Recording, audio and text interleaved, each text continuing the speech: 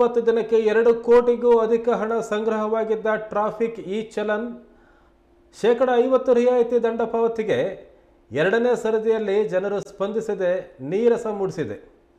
ಕಳೆದ ಬಾರಿ 20 ದಿನಗಳಲ್ಲಿ ಒಟ್ಟು 50,451 ಪ್ರಕರಣಗಳು ದಾಖಲಾಗಿದ್ದವು.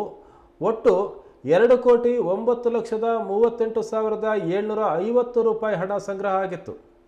ಈ ಬಾರಿ ಅವಧಿ ಮುಗಿತಾ ಬಂದಿದ್ರೂ ಸಹ 20 ಲಕ್ಷ ರೂಪಾಯಿ ಸಂಗ್ರಹ ಆಗಿಲ್ಲ.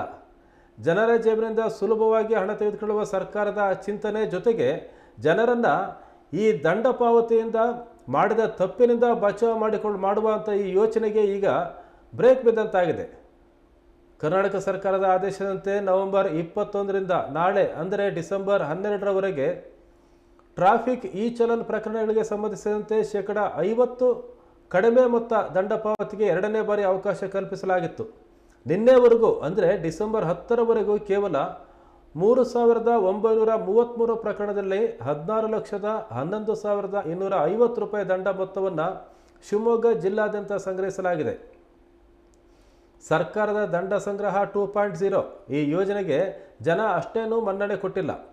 ಅದೇ ರೀತಿ ರಸ್ತೆ ಸಾರಿಗೆ ಇಲಾಖೆಗೆ ಸಂಬಂಧಿಸಿದಂತೆ ನಿನ್ನೆವರೆಗೆ 16 ಪ್ರಕರಣಗಳಲ್ಲಿ 36,650 ಮೊತ್ತದ ದಂಡದ ಹಣವನ್ನು ಪಾವತಿ ಮಾಡಲಾಗಿದೆ.